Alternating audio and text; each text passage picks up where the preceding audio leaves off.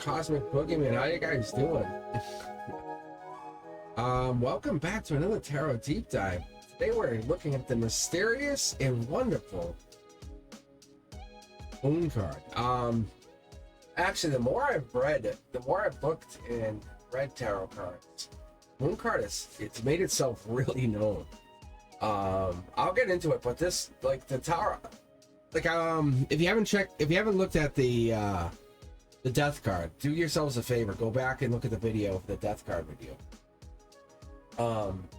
But the death card video, I talk about the two towers in the back there and how the sun's rising, or setting, however you want to look at it. But either way, but in this one with the moon, we have the moon coming up between the same exact towers. It's really interesting. The moon will come up in different areas. It's the same moon. It's not like a different moon, not like we have 9 moons. But the moon will appear in different cards. It represents a lot of different energy. Pisces energy and stuff. But watch, just hang out here. Tell me what you guys think. If you like this, if you're really into this content, let me know. Hit me up in comments. Really let me know you guys are into it. Thumbs up and share it. Let me know and I'll make more. I'll keep going.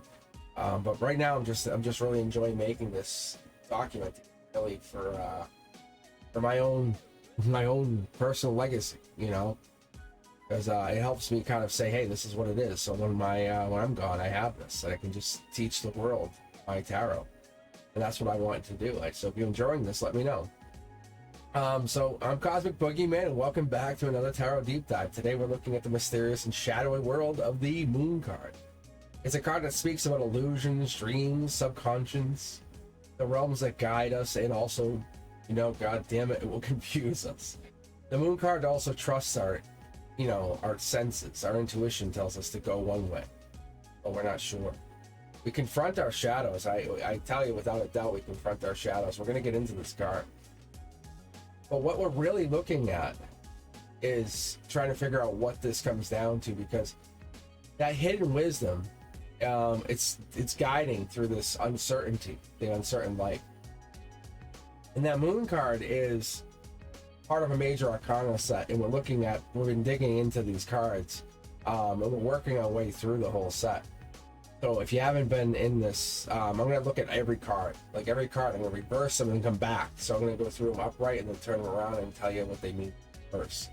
I'll put my own spin on it, but I'll basically tell you literally verbatim what they mean, from my own interpretation of the books, of how I read, how I picked up over the last few decades.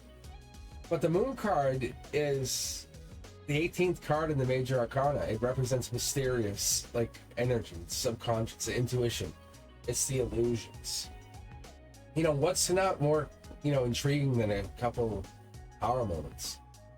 When we're asked to trust our inner knowing rather than what we immediately see, that kind of stuff. Like, what's inside those towers?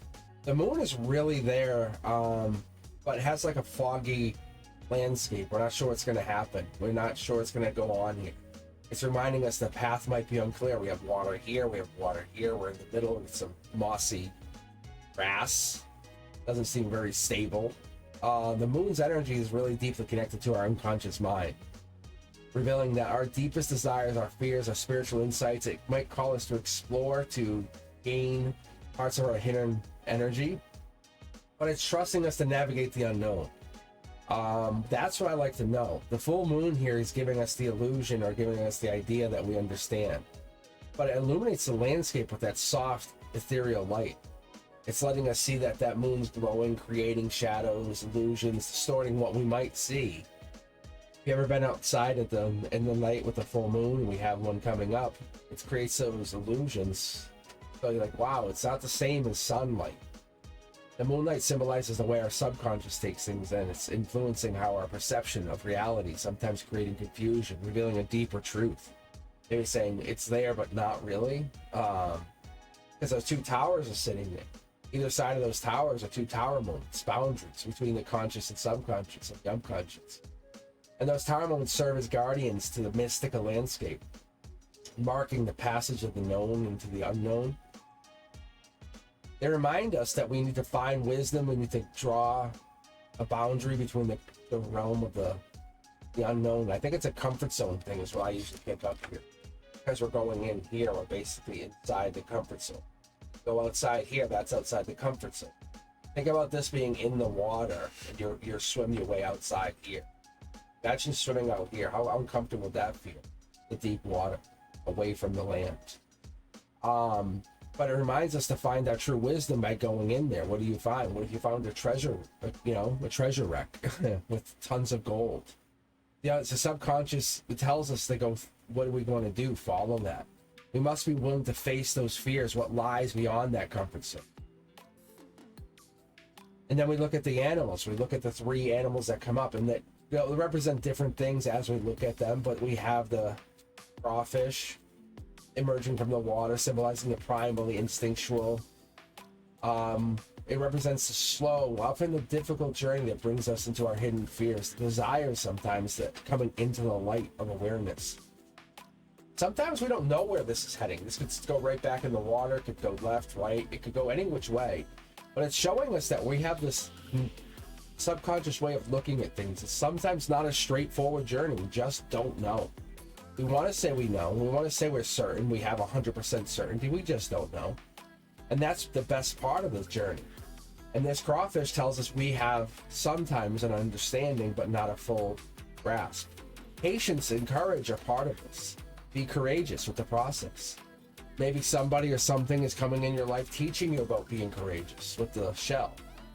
You have the dog and you have the wolf. We have them here.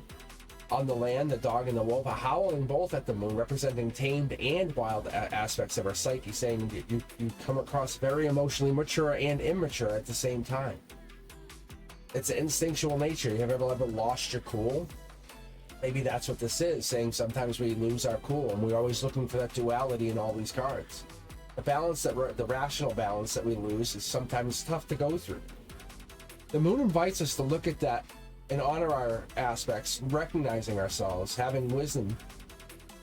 And then we find that winding path. And we've looked at this even back as far as the death card, saying that winding path is going through here. And I tell you to do yourselves a favor, look at all of the videos. Put them on put the playlist, put it on repeat, and just watch it. It tells you the journey, the fool's journey. And what it will do is it talks about how, even the death card, it talks about how that there's a path up through that sun. And what I'm trying to do is teach you guys the whole picture of the cards. It's really telling a story inside of the cards. It's not just telling a single card. And these moments represent uncertainty. The moon's asking us to follow this path, follow it with faith. We can't see what lies ahead. That's not for us to understand. The discovery is about our own self-discovery. It's rarely going to be linear. Understand that. It's rarely going to be linear, but it's going to be rewarding. I can promise you. That's why we're here. That's why you hear my voice. I find the moon moments to be the most fun, intimate, emotionally erotic, also intelligently fun. The moon energy helps find my intuition, my psychic insight, and even the dream world. I connect the three. Because when I'm in this energy, I know that I'm there. I know we're finding ourselves to connect. Depending on when I get the placement, I pull a 9-card pull, or I pull 15, 21 cards. Doesn't matter. But it's the placement of this card. The moon's teaching me to teach us, to teach you, to say, hey, trust in the unseen. To listen to the whispers of the soul. What are we hearing? What are we noticing? Why am I noticing those numbers? Why am I hearing that? Why does that name keep coming up? What's it finding? Why am I seeing the same picture of the person over and over again? Why am I feeling as though they're coming back? It's allowing you to guide you, even though you don't see any other. There's no rational explanation. It's the irrational. That's what it is. It comes in letting you know something's happened. That comes in giving you that. Open your mind to that. Open your reality to that. The moon associates to the Pisces card, the zodiac card.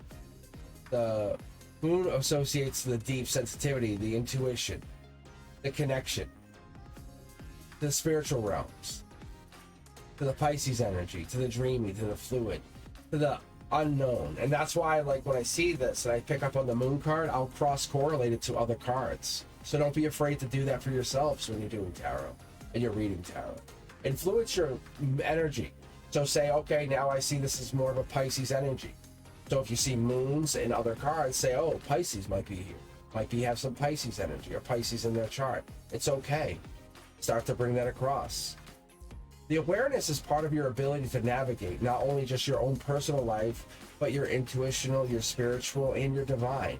The universe is teaching you now through this, by this message. Thumbs up if you hear what I'm telling you. It's giving you this ability to trust. The numerology lets me teach you to tell you to say, hey, we'll look at this number. You can say, well, yeah, it's an 18. But really what it's reducing down is a 9. The number 9 is about completion, wisdom, spiritual enlightenment, teaching you, no, this is more than that. At the tower moments. In the past, even 10 years ago, you probably didn't see it as tower moments. You just saw it as a moon card. You probably said, oh, the moon. What does that mean? You know? But now you can understand it as a deeper card. There's things inside here. What's beyond this? What's beyond? What if we go inside the card? What is inside here? The number 9 signifying something deeper. It's an end of a cycle, suggesting even something further back. If we go back a couple cards before this, we realize there was a tower moment. Then we had what? The star card. It makes a significant understanding knowing what cards come before and after these cards to understand what you had to get to these. It's not just appearing with one card by itself in solitude. Each card matters, but it matters to how you got there. You don't just get the card. You don't just get what you have now, how you're sitting there, the smile on your face. The numerology allows us to realize that that number 9, you can't skip. You don't just skip to where you are. Your soul's journey has sought out the wisdom, self-awareness, the spiritual truth, the understanding, the psyche, has got there through doing a lot of hard work, deep work. In the Kabbalistic Tree of Life, when I look at this, I understand that it's giving me victory and almost kingdom vibes with powers, because it gives me that physical reality meeting the importance of grounding by staying on land. We're getting that the moon is teaching you to stay with your higher self, but also staying consciously or even grounded to the energy, connecting you to authentic life, saying, who are you? How are you trying to stay here while you're also staying connected to your highest self?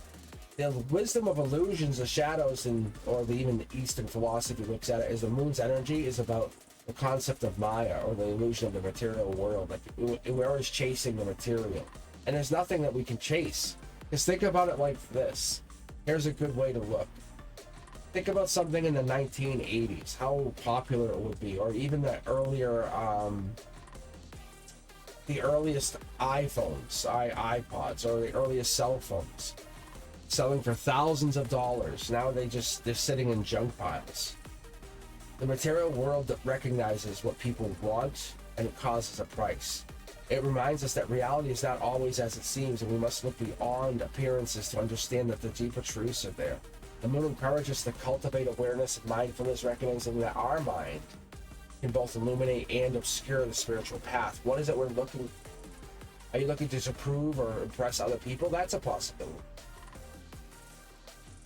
But I'm also seeing, the moon's energy, it's applying to you, applying to us, and that's what I try to always pick up on. How does it apply to you?